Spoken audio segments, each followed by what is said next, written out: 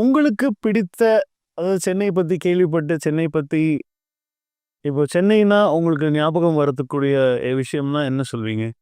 It could be a person, it could be a place, it could be a food, it could be anything.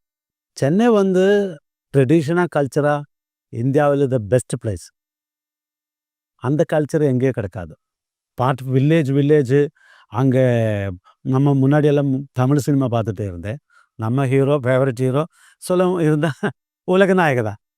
அப்போ அவர் அந்த டைமில் நம்ம தேவர் மகன், ஜாஸ்தி வாழ்வேமா அந்த மாதிரி சினிமா பார்த்துட்டே இருந்தேன்.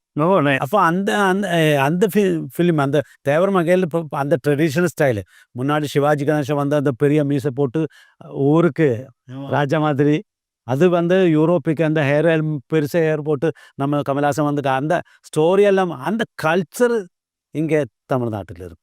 தமிழ்நாடு வந்து பெர்ஃப்யூமுக்கு லாட் ஆஃப் இன்க்ரீடியன்ஸ் இருக்கு.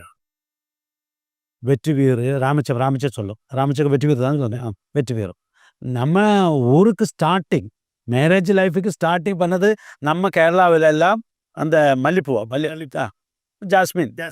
அப்போ ஜாஸ்மின் எந்த மாதிரி எந்த பக்கத்தில் பார்த்தாலும் ஃப்ளவர்ஸ் இருக்குது. எந்த பெண்ணுக்குள்ள பார்த்தாலும் மனம் இருக்குது.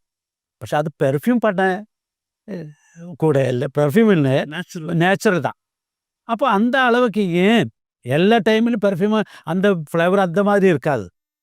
அதுக்காக பெர்ஃப்யூம் ஏதாவது பெஸ்ட் பிளேஸு அந்த கல்ச்சர் வைஸு, லாங்குவேஜ் வைஸு, பாஷா த ஃபஸ்ட்டு பாஷா இந்தியாவுக்கு உலகத்துக்கு தான் தமிழ்நாடு தான். எஸ் ட்ரெடிஷனு தான் இங்கே தான் இருக்குது ஜாஸ்தி.